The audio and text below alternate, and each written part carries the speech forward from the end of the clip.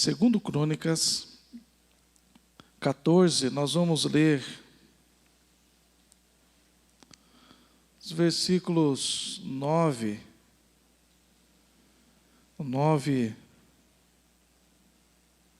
ao 13.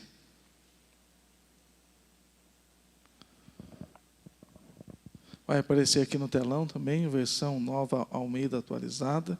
Diz assim: Zerá, o etíope, saiu contra eles com um exército de 1 milhão de homens e 300 carros de guerra e chegou a Maressa.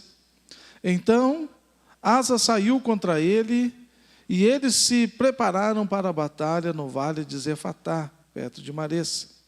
Asa clamou ao Senhor, seu Deus, e disse: Senhor, além de ti, não há quem possa socorrer numa batalha entre o poderoso e o fraco. Ajuda-nos, Senhor, nosso Deus, porque em ti confiamos e no teu nome viemos contra esta multidão. Senhor, tu és o nosso Deus, que não prevaleça contra ti o homem. O Senhor derrotou os etíopes diante de Asa e diante de Judá, e eles fugiram. Asa e o povo que estava com ele os perseguiram até Gerar, e os etíopes foram mortos, sem restar nenhum sequer, porque foram destroçados diante do Senhor e diante do seu exército, e eles levaram dali muitos despojos. Amém. Você pode se assentar. Irmãos, este texto está falando de uma grande batalha e de uma grande vitória. Na verdade, segundo as próprias palavras do rei Asa, nós estamos aqui entendendo o que está escrito. Porém, o rei Asa estava olhando e diante dos olhos dele estava o etíope, o inimigo, com 1 milhão de soldados. E ele tinha 580 mil soldados, segundo o relato bíblico. E a declaração do próprio rei está dizendo que era uma batalha entre o poderoso e o fraco.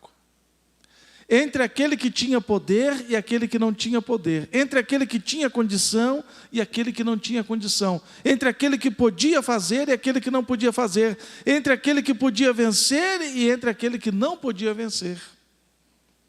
Esta era a situação. E na própria oração que nós lemos aqui, na própria oração do rei Asa, ele está dizendo, e falando: se não for no milagre, nós estamos perdidos. Se o Senhor não providenciar um milagre para este momento, para este povo, nós estaremos derrotados. Se o Senhor não enviar um milagre para esta batalha, nós já entramos derrotados. Se o Senhor não interferir, não intervier nesta questão, nós já estamos declarando derrota. Quem sabe seja a nossa situação.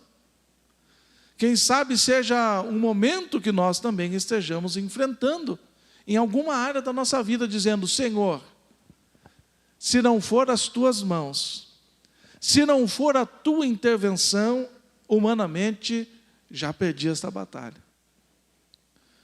E o Senhor entrou com providência, como nós lemos aqui. E não foi o exército que venceu, não foi o exército que impôs a vitória. O versículo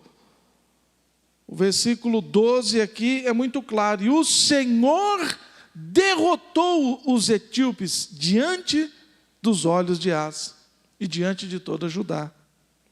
E só depois que o exército estava derrotado, é que Asa e o povo foi para a peleja.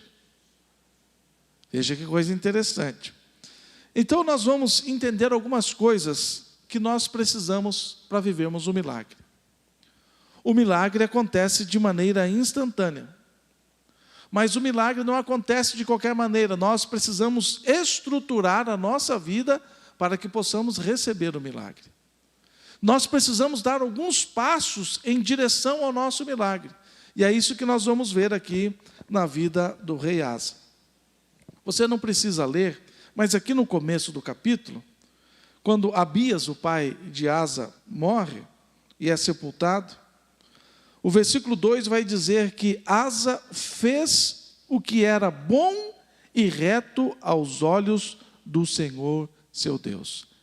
Este é o primeiro relato do reinado deste rei. E quando nós olhamos para isso, nós entendemos, nós descobrimos que isto significa uma aliança, um compromisso sério, um compromisso verdadeiro. Assim como nós, ao nos casarmos, eu creio que a maioria aqui é casado, né? Quando a gente casa, a gente faz um compromisso. Compramos 2 anéis, que lá no ato do casamento se torna uma aliança. Dizendo, eu prometo que vou ser fiel a você, e você promete que vai ser fiel a mim, é uma aliança. E quando o versículo 2 está dizendo que Asa fez o que era bom e reto aos olhos do Senhor, nós entendemos que o rei Asa começou o seu reinado fazendo a principal de todas as alianças, a aliança com Deus. Se eu estou precisando de um milagre e quero viver no milagre, eu preciso fazer aliança com Deus. Se você precisa de viver um milagre na sua vida, na sua casa, na sua família, o primeiro passo é estar aliançado com Deus. Fazemos o que é bom e o que é reto diante dos olhos de Deus. Infelizmente, nós vivemos uma geração que quer fazer o que é bom diante dos olhos dos homens. Nós primeiramente agradamos a este mundo, primeiramente agradamos as pessoas e, se der certo, se sobrar algum espaço, a gente agrada a Deus. E muitos reis, tanto do reinado de Israel quanto do reinado de Judá, eles fizeram alianças, preferiram as alianças com os homens do que com Deus. Nós temos o exemplo. Eu fico impressionado todas as vezes que eu leio esse texto. O primeiro rei de Israel, os irmãos lembram quem é? Saul.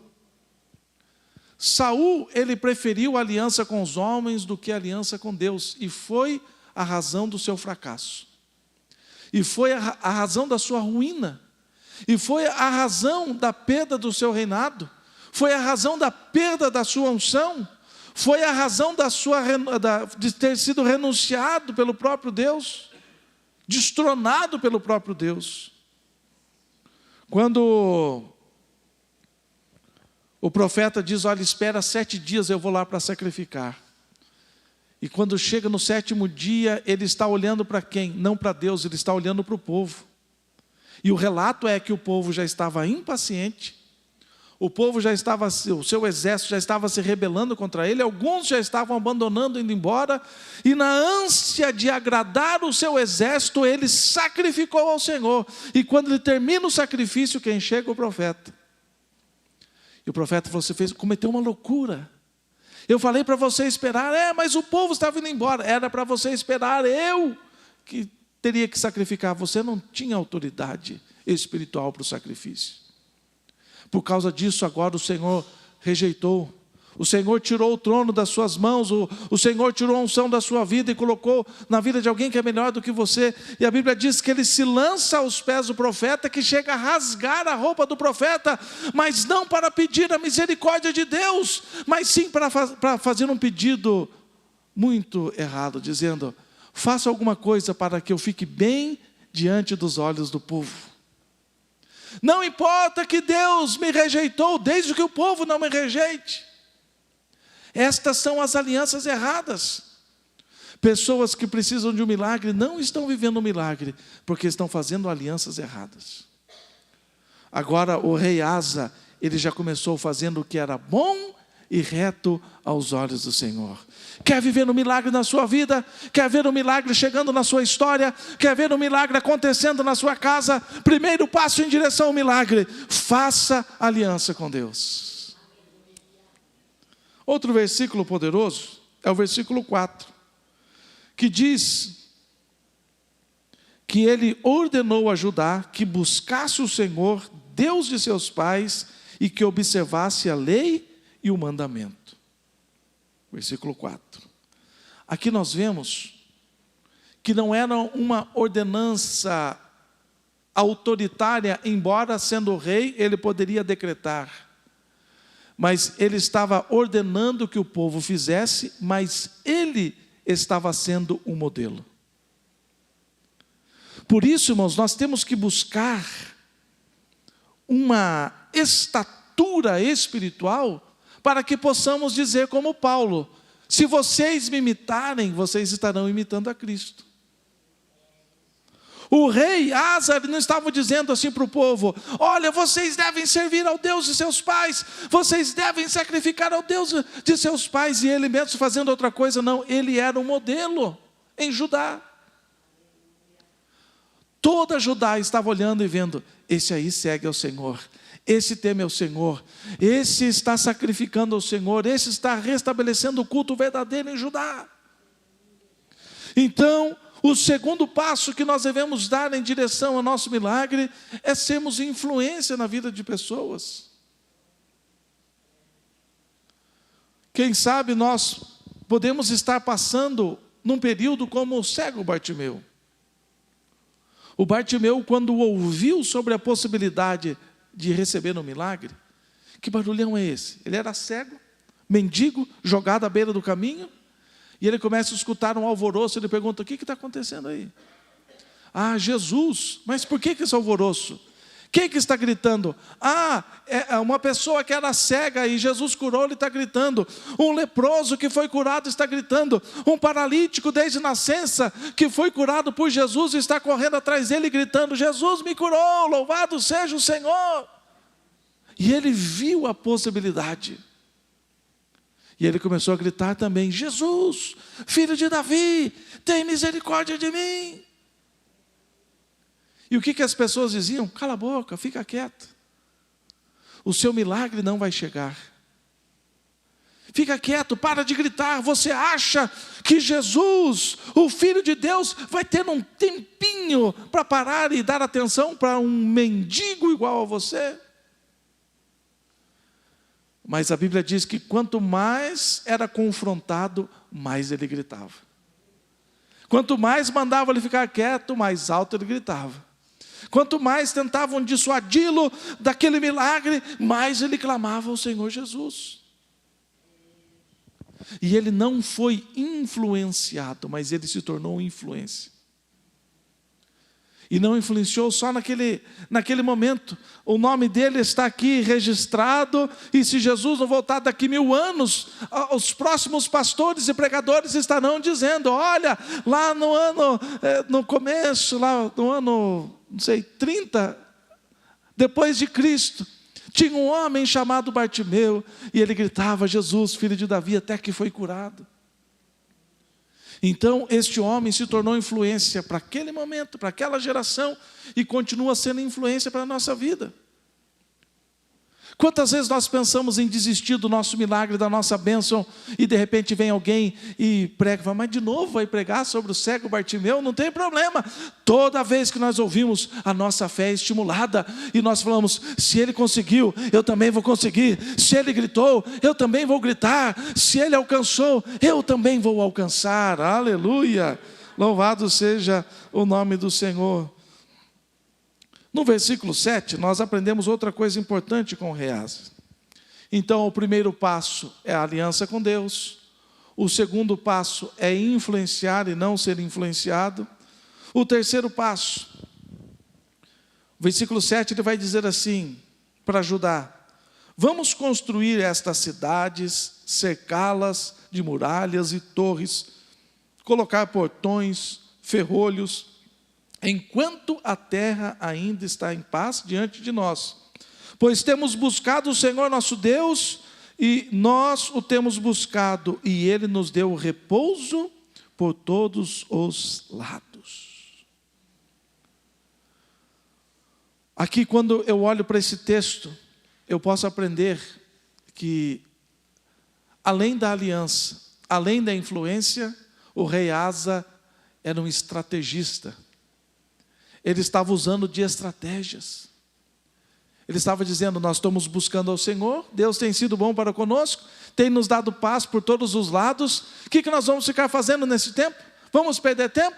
Vamos ficar olhando um para a cara do outro? Não, vamos trabalhar, vamos construir as nossas cidades, vamos murar as nossas cidades, vamos fortificar as nossas moradas, enquanto Deus tem nos dado paz.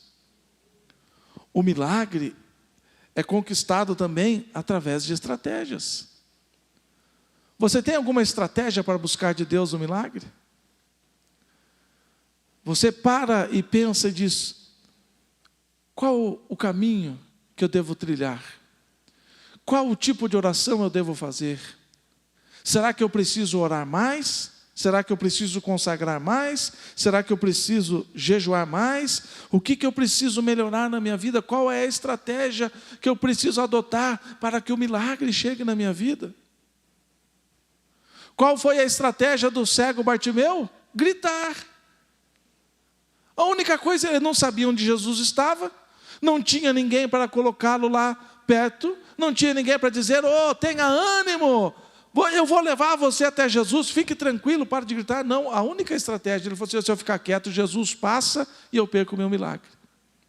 E a estratégia do cego foi gritar. Foi gritar até que Jesus ouvisse a sua voz. E a estratégia do rei Asa foi fortificar as cidades.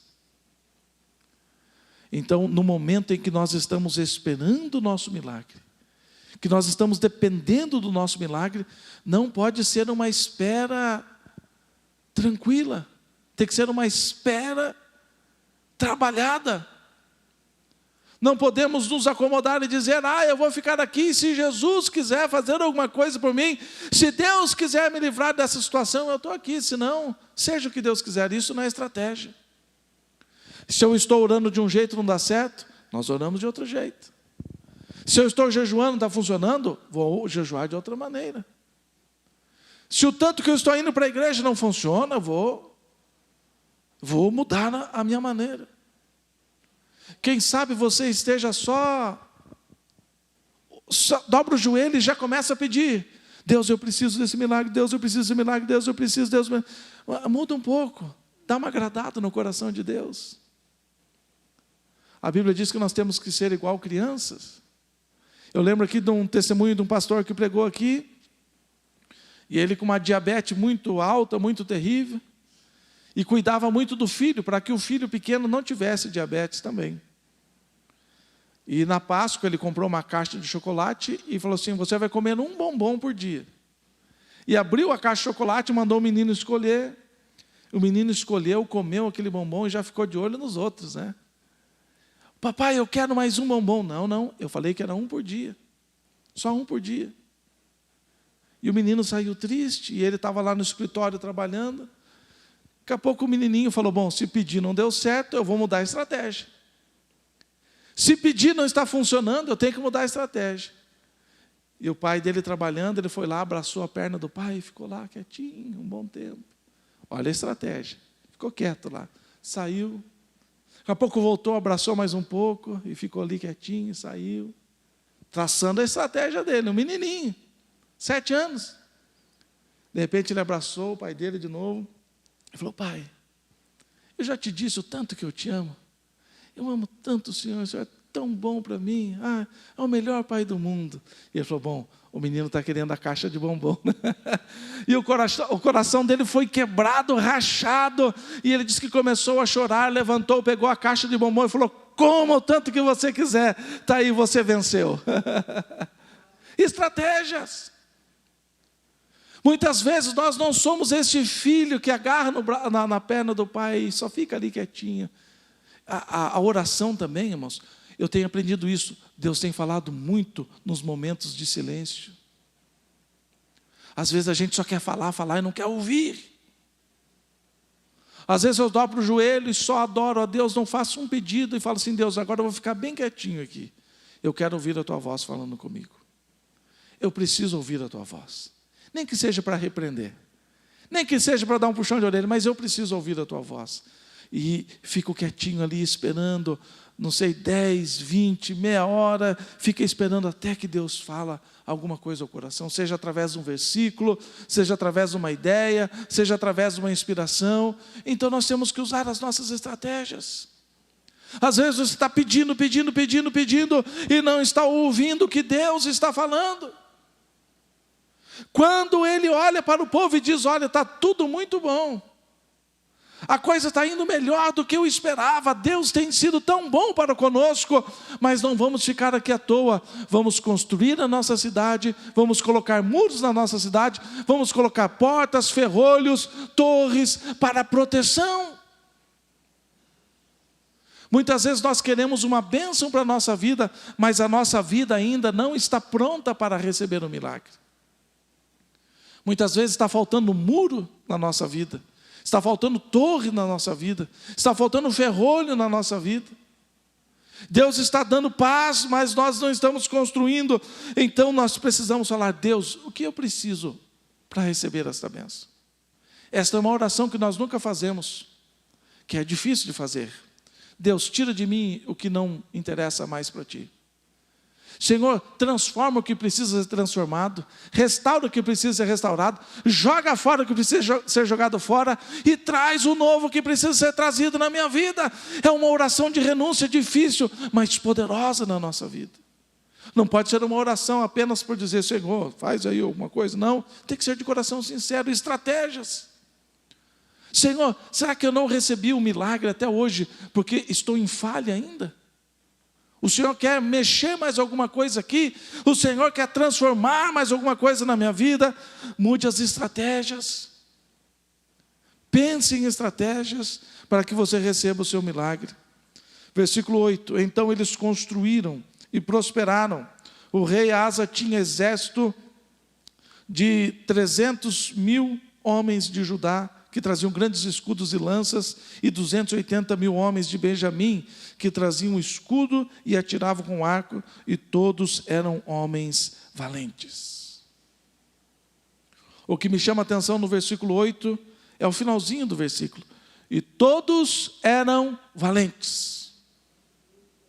Você precisa entender, como diz Paulo, a fé não é de todos. Paulo vai dizer na sua carta: a fé não é de todos. Então nem todos terão fé como você tem fé. Nem todos terão a fé do tamanho que você tem. Nem todos terão fé para receber milagres. Você acredita nisso? Tem gente que é crente. Tem gente que serve ao Senhor de verdade, mas não tem fé para receber milagre. Então, quando eu olho aqui e todos eram valentes, eu vejo aqui um segundo tipo de aliança, um segundo tipo de relacionamento. Para você receber o seu milagre, você tem que andar com gente que tem fé para receber milagres. Se você quer viver milagres, você tem que se relacionar com pessoas que têm fé para receber milagres. Por isso nós não podemos compartilhar os nossos sonhos, os nossos projetos com qualquer pessoa. Nós dizemos: aqui no domingo nós vamos ainda fazer 4 cultos. De tanta gente aqui na igreja. Tem pessoa que faz igual o Sara, você ri por dentro, né? Esse pastor aí está lá. A Covid deixou meio, né? Gente que não tem fé. Você fala: Deus vai me dar uma casa. As pessoas dizem que o preço, já viu o preço que é casa em Campo Largo? Deus falou que vai me dar um carro. Você? Deus falou que vai me fazer um pregador. Ó a voz que você tem. Parece uma taquara rachada falando: Deus falou que eu vou cantar e as pessoas serão curadas quando eu estiver cantando. Você, conta outra. Com quem nós estamos nos relacionando? Será que o exército que nós caminhamos, o nosso pelotão de amigos, de relacionamentos, são de pessoas que têm fé, que são valentes na fé, que falam para você isso mesmo, eu vou orar por você e Deus vai cumprir essa promessa na sua vida? Realmente, pode contar comigo, eu vou orar e jejuar por você e este milagre vai acontecer na sua vida. Quais são as pessoas que nós temos nos associado? São os valentes da fé ou são os frouxos da fé? São os covardes da fé? Lembra da história de Gideão? Deus foi direto, falou assim, manda os tímidos e os covardes embora, manda tudo. Agora manda os que estão relaxados embora, sobraram 300, Deus falou, é com isso aí mesmo que eu faço o milagre. Ele falou assim, se tivesse mais gente, eles não dizeram, nossa força nos livrou. Porque nós somos. Com quem você tem se relacionado? Quais são os seus companheiros, as suas companheiras de amizade, de oração, que você conta os seus sonhos, os seus projetos, que estão te estimulando, dizendo, realmente vai nessa, eu vou orar, vamos junto nessa, vamos vencer juntos, vamos receber esse milagre, vamos testemunhar para a honra e glória do Senhor, que você venceu essa, que você passou por essa, que Deus te deu vitória. Então, irmãos, nós precisamos estar associados a pessoas valentes da fé. Pessoas que nos colocam para cima, que estimulam a nossa fé, e não que nos colocam mais para baixo. Agora, uma coisa importante que nós precisamos ver também, é no versículo 11, que nós lemos, né? Então, Asa clamou ao Senhor, seu Deus. O que nós aprendemos com isso? Asa olha para si, olha para o seu exército, olha para os seus soldados e diz, somos fracos. Olha para os etíopes, 1 milhão de soldados e diz, eles são fortes e poderosos. Nós não podemos nada.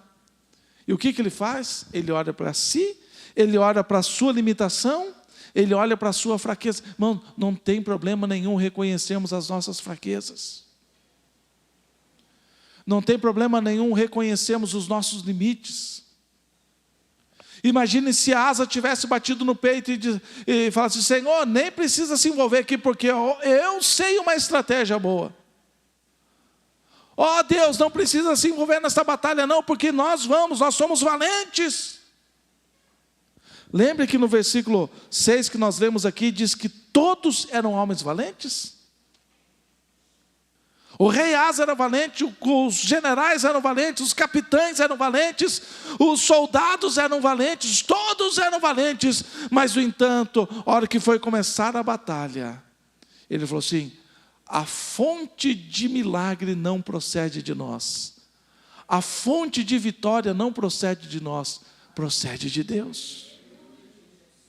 Então no versículo 11, quando diz, e Asa clamou ao Senhor seu Deus, está dizendo que nós devemos saber qual é e aonde está a nossa fonte de milagres. Muitas vezes a gente está assim, meu Deus, eu estou passando por uma crise financeira, e fulano ali, meu amigo, o Jorge tem bastante dinheiro, Deus, eu acho que é ele que o Senhor vai me ajudar aqui, né? É ele que o Senhor vai colocar para me ajudar na minha vida. E aí a gente, né? O Senhor toca na vida daquele médico lá para ele fazer uma consulta de graça. Isso pode acontecer, mas essa não pode ser a nossa fonte primária de milagres. Eu não posso olhar para a minha condição, eu não posso olhar para a condição dos homens. Nós temos que entender uma coisa, as pessoas são apenas canais na nossa vida, as pessoas não são fontes. Enquanto nós não entendemos isso, nós não vivemos milagres. O presbítero Jorge Rico, para me ajudar, ele não é a fonte, ele é apenas instrumento. Se eu fizer dele a minha fonte, então Deus não precisa estar na história.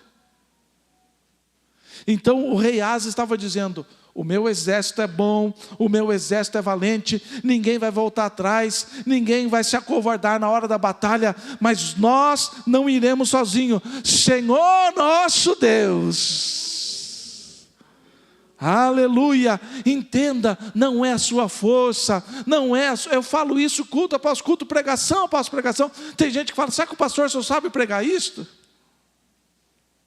Mas é que nós temos que tirar o olhar das coisas naturais, do plano natural, e voltar a olhar o Deus dos céus, porque Ele é a fonte de todos os milagres que nós estamos precisando. E Asa clamou ao Senhor seu Deus e disse, Senhor, além de ti não há quem possa socorrer o fraco. Irmãos, as pessoas, os crentes que caem mais rápido, são os crentes que batem no peito e dizem, eu sou. Ixi, eu oro. Como eu jejuo. Oh, não, irmãos, a gente ora, a gente jejua, nós fazemos a nossa parte, mas a fonte de toda a bênção, vitória, é Deus. É isso que Asa estava dizendo, somos valentes, somos poderosos, somos, mas é Deus quem nos dá a vitória, aleluia. E no versículo 12 vem a resposta da oração, e o Senhor derrotou os etíopes diante de Asa, diante de Judá, e eles fugiram. Irmãos, a ação, esta ação de vitória, o milagre é gerado por Deus. É interessante que parece que a Bíblia está se contradizendo entre o versículo 12 e o versículo 13. Porque o versículo 12 diz assim, e o Senhor derrotou os etíopes e eles fugiram. E o versículo 13 está dizendo que Asa e o seu exército perseguiram os etíopes e mataram. Primeiro, se Deus não colocar a mão, o inimigo não vai fugir.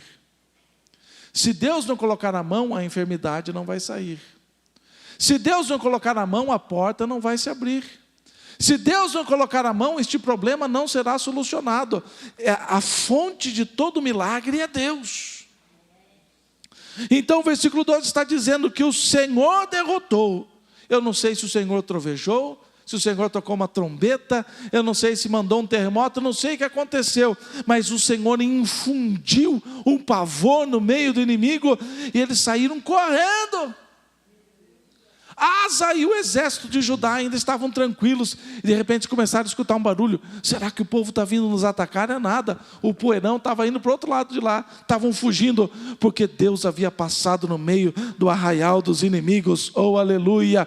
Se você clamar ao Senhor, o Deus Todo-Poderoso vai passar aí no arraial da sua dificuldade, vai passar aí no arraial da doença, da enfermidade, da crise financeira, da crise emocional, eu não sei, da crise física, o Senhor irá passar para fazer fugir o mal que te afligiu até o dia de hoje. E o Senhor derrotou os etíopes.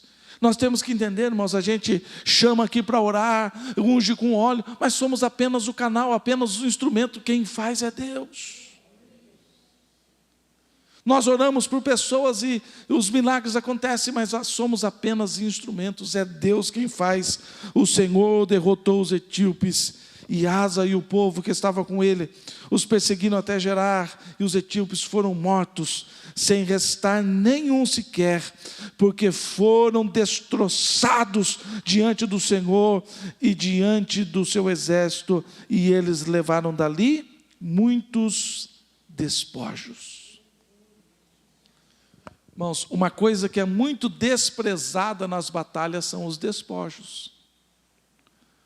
A principal coisa, o principal objetivo de uma batalha são os despojos. Se a pessoa estiver batalhando sem pensar nos despojos, não tem sentido a batalha. Vamos dar um exemplo aqui para você entender bem. Quando Josué marchou 7 dias ao redor da muralha de Jericó, ele não estava pensando na muralha em pé, ele estava pensando na muralha no chão, despojo de guerra. Senhor, por que nós vamos marchar 7 dias em volta da muralha? Para ver a muralha caindo. É o despojo da batalha. Tem gente que quer um milagre, mas não pensa no despojo da batalha.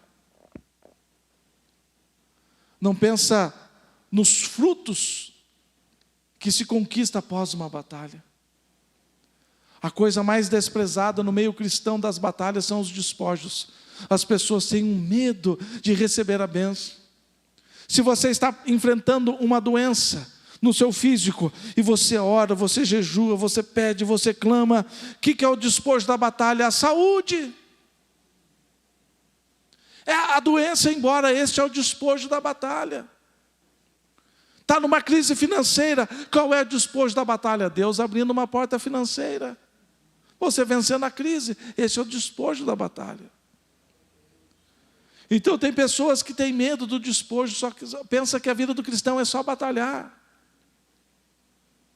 Qual que foi o despojo quando o povo sai do Egito com Moisés, e Moisés para ali do lado do Mar Vermelho e fala: Deus, agora o que nós vamos fazer? Deus, toca o teu cajado aí no mar. Ele tocou, durante toda a noite soprou um vento e o mar se abriu, e o povo passou a pés enxutos e atravessou aquele mar gigantesco. E eu ontem ainda estava perguntando para a GL, o que Miriam fez depois que atravessou o Mar Vermelho? Ela dançou na presença do Senhor, porque ela olhou para trás, eles tinham atravessado, agora o exército estava morrendo afogado no mar.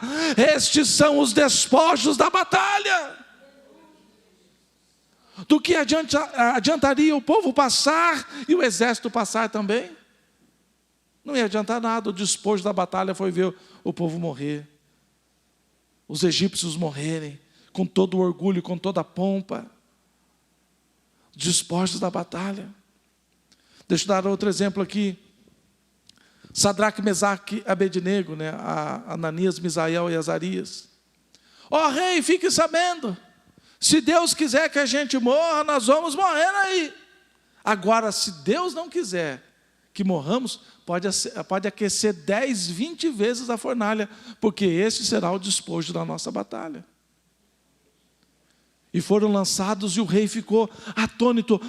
Nós lançamos 3 lá dentro. Como é que eu vejo 4 andando, passeando, e o quarto que está caminhando tem a semelhança dos filhos dos deuses? Não é semelhança não, era o próprio Jesus Cristo caminhando dentro daquela fornalha. E qual que foi o despojo? Quando eles saíram da fornalha, o rei falou assim: eu vou fazer um decreto aqui, e se alguém ofender o Deus desses 3 aqui, vai morrer, porque o Deus desses 3 é o Deus verdadeiro. Despojo da batalha. Então, irmãos, está dizendo aqui que eles perseguiram, correram atrás dos etíopes, mataram os etíopes e voltaram dali com muitos despojos. Deus tem bênçãos extraordinárias para você. O milagre que Deus está preparando para a sua vida vem com muito mais coisas do que você está imaginando, vem muito maior do que você está precisando, vem além daquilo que não chegou no seu coração, que não subiu na sua mente. É um milagre que Deus tem preparado para a sua vida. Existe um despojo poderoso depois desta batalha. Na hora da batalha é difícil. Na hora da batalha, por vezes a gente fica até meio temeroso. Por vezes passa na nossa mente dizendo: dessa eu não escapo, agora não tem mais jeito, agora é o fim. Mas se nós colocarmos tudo nas mãos do Senhor, se nós seguirmos estes passos maravilhosos que estamos aprendendo com o rei Asa, daqui uns dias você vai chegar aqui e falar assim: pastor, eu preciso dar um testemunho aí na frente. Eu estava atravessando uma crise, eu estava atravessando uma doença, eu estava enfrentando um problema, mas o Senhor meu Deus enviou o seu milagre, e nesta noite eu estou aqui com todos os despojos. Oh, louvado seja o nome do Senhor. Aleluia. Esses tempos eu fui conversar com uma pessoa, eu falei assim: olha, deu errado, não deu certo o que você havia planejado, mas você tem que refletir agora sobre todos os erros que você cometeu para aprender. Não, por favor, não me toque nesse assunto, eu não quero nem saber do que aconteceu. Eu falei assim: você está cometendo um grande erro. Você tem que pegar os despojos da batalha. Porque o dia que nós estivermos assentado como José no cumprimento da promessa, quando nós estivermos assentados no nosso trono, significa o dia que Deus nos curar, o dia que Deus resolver este problema, que nós vivemos o milagre, tudo que nós aprendemos durante a batalha será necessário para a nossa vida. Hoje está na moda chamar isso de processo, né? As pregações dizem aí, o crente tem que passar pelo processo primeiro, e é verdade. É no processo que nós somos moldados, é no processo que nós somos trabalhados, é no processo que nós aprendemos. Imagine a vida de José sem ter sido provado por todas aquelas dificuldades. Eu costumo dizer que José viveu 2 etapas na sua vida, que serviriam lá para o futuro. A primeira etapa, José aprendeu a administrar riquezas e abundâncias. Ele estava na casa de Potifar e administrava a riqueza e a abundância. E diz que Potifar cada dia ficava mais rico. E tinha mais, porque tudo que José colocava a mão, prosperava. Agora ele sai da riqueza, da abundância e vai para onde? Vai para a cadeia. E na cadeia o que ele diz? Por favor, não converse comigo. Eu estou aqui deprimido. O meu Deus é injusto. O meu Deus não podia ter feito isso comigo. Olha, eu não fiz nada com aquela mulher e agora eu estou aqui, miserável. Deus me jogou aqui, agora eu sou um pobre miserável nessa cadeia. Não, José estava pegando os despojos da batalha. Ele aprendeu o que na cadeia? Administrar a escassez, a falta. A cadeia só tinha um pouquinho. A cadeia era tudo racionado, a cadeia era tudo limitado. E ele falou para o carcereiro, quer tirar umas férias? Deixa eu cuidar dessa cadeia. Deixa eu cuidar desse presídio. Deixa eu cuidar dos presos. E ele se tornou um mestre em administrar a escassez. E quando ele chega diante de Faraó, ele diz, Faraó, 7 anos de fartura, 7 anos de escassez. Agora procure alguém. Procure uma pessoa ajuizada. Procure alguém que saiba administrar a fartura.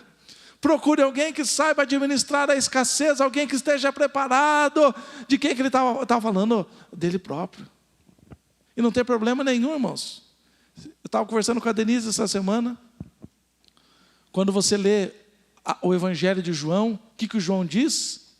João, o apóstolo, que era amado por Jesus, e ele mesmo está escrevendo.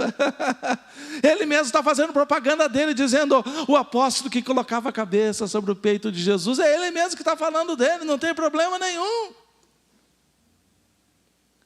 Muitas vezes nós não queremos aprender com os despojos da batalha. E José chegou diante de Faraó e falou assim, eu estou preparado para esse tempo. Eu não sei quantos anos ele ficou na casa de Potifar, mas na cadeia ele ficou 2 anos e meio, mais ou menos. 2 anos a Bíblia diz. 2 anos ele ficou na cadeia. Ele estava preparado. Quando ele chegou na sala do trono de Faraó, ele não chegou sem bagagem. Ele tinha nas costas a mochila cheia dos despojos da batalha, dizendo, cheguei aonde Deus falou que eu chegaria. Chegou o tempo que Deus falou que eu reinaria, que eu teria poder e autoridade sobre as minhas mãos. Louvado seja o nome do Senhor por todos os sofrimentos que eu enfrentei na batalha, porque os despojos são riquíssimos na minha vida. Oh, aleluia. Não despreze as lutas que você enfrenta. Não despreze as dificuldades. Aprenda com a dor, aprenda com o sofrimento, porque logo ali na frente Deus usará tudo isso para que outras pessoas vivam também milagres extraordinários. Vamos ficar em pé neste momento, irmão?